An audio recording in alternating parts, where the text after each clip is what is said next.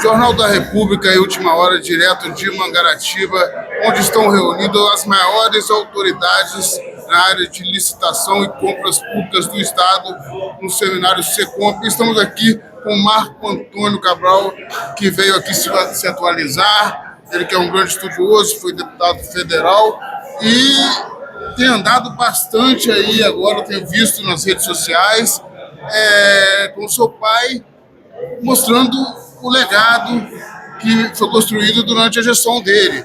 E fala para a gente dos projetos do futuro, um pouco de tudo que se passou e o que se pode construir para frente.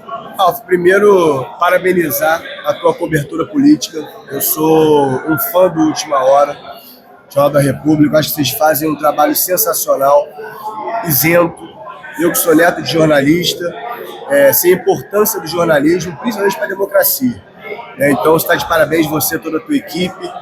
Já nos conhecemos desde lá de trás, da época de Itaperuna, do Paulada. Eu tenho um carinho muito grande pelo Noroeste Fluminense.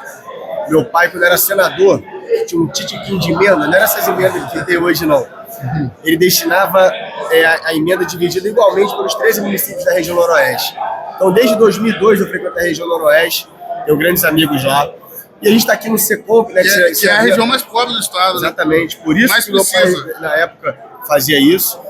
Que mais precisa do poder público, sem sombra de dúvida. Eu, quando fui secretário de esporte, a gente fez muitas ações nos municípios lá, Peribé, Varriçai, Cambuci, Santo Antônio de Pádua. E como deputado federal também, até projeto para criar a Zona Franca do Noroeste Fluminense eu botei. Tá lá em Brasília. Fazer uma zona especial de indústria, né? Então, assim, é uma região que tem muito carinho. E estamos aqui no Secomp, que, como você falou, né, tem os maiores especialistas de compras públicas, licitações, que é uma lei que vem mudando. Então é importante todos se atualizarem. Eu vi aqui vários secretários, amigos municipais, prefeitos, ex-prefeitos. Acho isso fundamental, né? Como você falou, né, um pouco do legado do meu pai, na questão da gestão principalmente, né, um desses legados, que eu acho um dos mais bacanas e muito pouco explorado até, foi a criação do Executivo Público, né, a carreira de Executivo Público do Estado do Rio. Hoje o Estado do Rio conta com, se não me engano, 180 executivos públicos concursados, espalhados, né, nas diversas secretarias que o Estado tem. Então, acho que a gestão pública ela é fundamental. Você profissionalizar a gestão pública é fundamental. Como é que funciona o Executivo Público? Então, é uma carreira criada na época, foi criada pela CEPLAG, né? Na época era o secretário Sérgio Rui Barbosa, e é uma carreira para aprimorar a gestão dentro das secretarias. Né? É uma carreira do concurso público. Na verdade, é um técnico que treina os servidores. Exatamente, treina os servidores, atualiza os servidores, participa do setor de licitações, de compras, ajudando os pregoeiros. Então, hoje você tem uma noção, nos gabinetes dos secretários, nos próprios gabinetes, tem muitos executivos públicos, tem na educação, tem na saúde, tem na segurança. Então, foi uma classe nova, entre aspas, que não é muito falada, até porque não é uma classe muito grande. O mandato passa, né? E aí os gestores dependem dos eventuários para continuar a gestão, para não travar. Exatamente. E eu dou muito valor, assim, ao servidor público.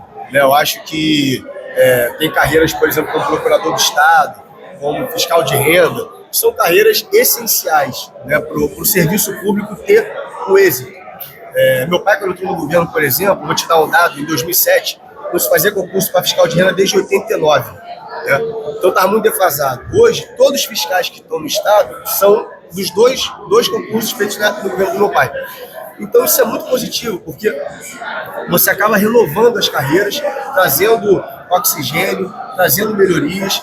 Então acho que a valorização do servidor é muito importante. O que os prefeitos fazem hoje aqui é exatamente isso. Trazem os servidores, né, para estarem aqui com o ministro do TCU, o Tribunal de Contas do Estado, professores de diversas universidades, para estarem se atualizando e buscando as melhores práticas do Brasil inteiro. Né? Então isso que eu achei esse evento muito bacana e fico feliz de você estar cobrindo. Porque principalmente quem é do interior daquelas cidades pequenas, ele tem a visão de que o tribunal é punitivo e muitas vezes deixa de procurar o tribunal por isso, deixa de consultar o tribunal numa compra, E o tribunal está lá não só para punir, mas para orientar e para evitar que justamente que os municípios entrem numa viés de futuramente ser punido. Sem dúvida. E a gente vê muitos casos, né, de servidores desses municípios pequenos que você falou, às vezes por um erro sem dolo, né, sem agir de má fé, a pessoa acaba tendo um problema depois que sai da gestão e respondendo no Tribunal de Contas, tomando multa, que às vezes o cara não consegue nem pagar a multa, nem pagar o advogado. Então o que você falou é fundamental. Entra no bem pessoal dele. Sem dúvida. Então isso é fundamental, que essa sinergia, vamos dizer assim, entre os órgãos de fiscalização e o executivo, né, que essa sinergia existe exatamente para prevenir a questão da punição e para melhorar a gestão dos municípios mesmo. Agora,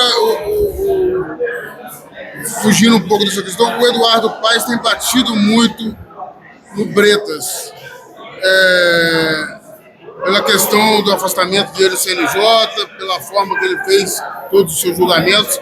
A gente sabe que o seu pai foi um dos mais punidos aí pelo Bretas.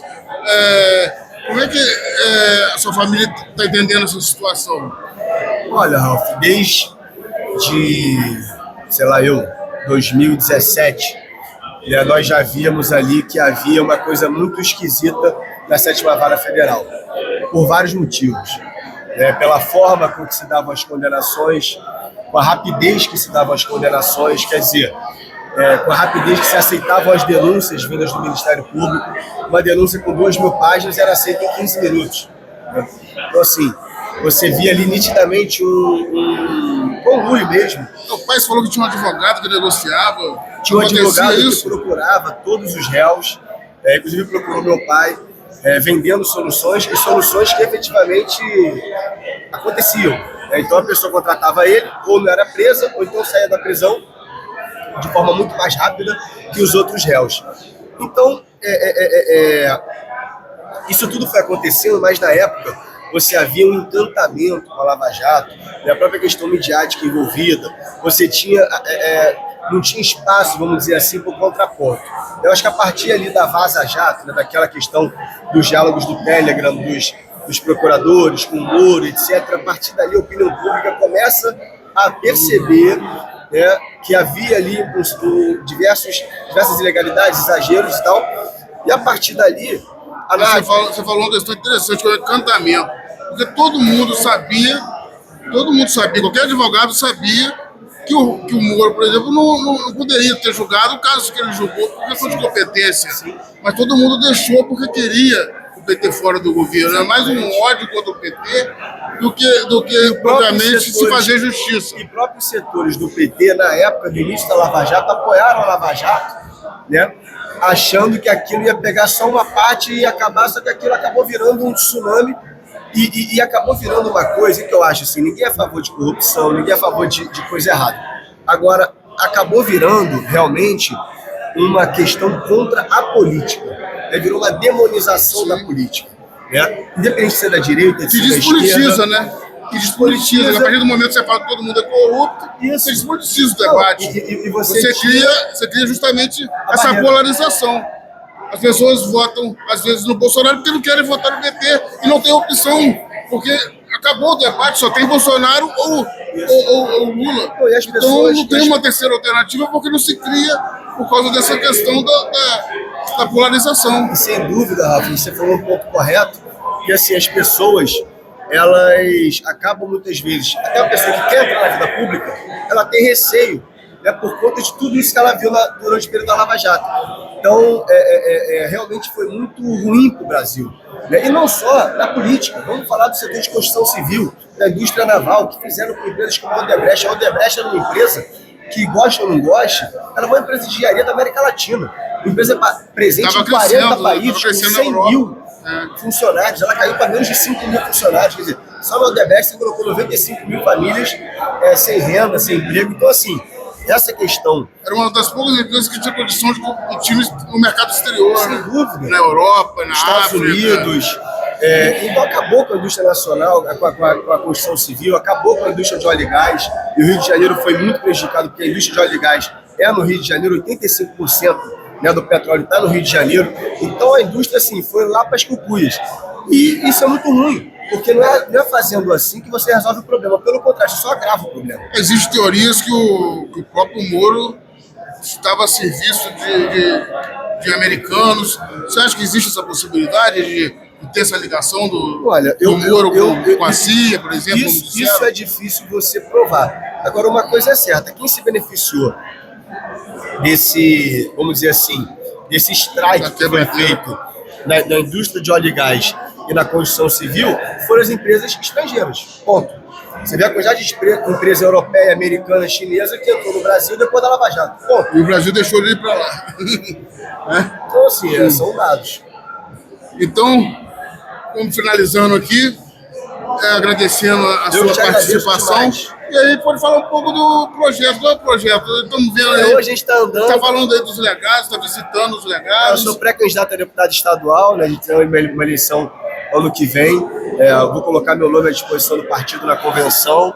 E a gente está realmente rodando esses legados, que não é só rodar o legado, né? Olhar o legado, mas a gente firmar compromisso com a continuidade desse legado. Vou te dar um exemplo muito rápido e prático.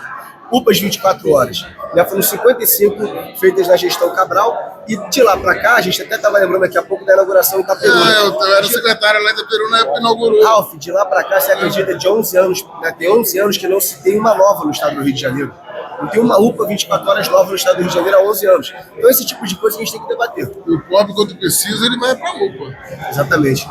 Ele não tem condição de pagar um plano de saúde caro. E você ficava entre o hospital, emergência e depois de saúde. A UPA ela veio exatamente para essa condição do atendimento na madrugada, no sábado, no domingo. Segurança pública também, né? Também. Deixou muito a desejar. Então tá, boa sorte na caminhada. Querido, e o que precisar, obrigado pelo estamos carinho. aí sempre à disposição. Obrigado pelo carinho. Para sempre mostrar os dois lados da história. Verdade. Grande abraço, última hora, a notícia levada a sério. Obrigado, gente. Um abraço.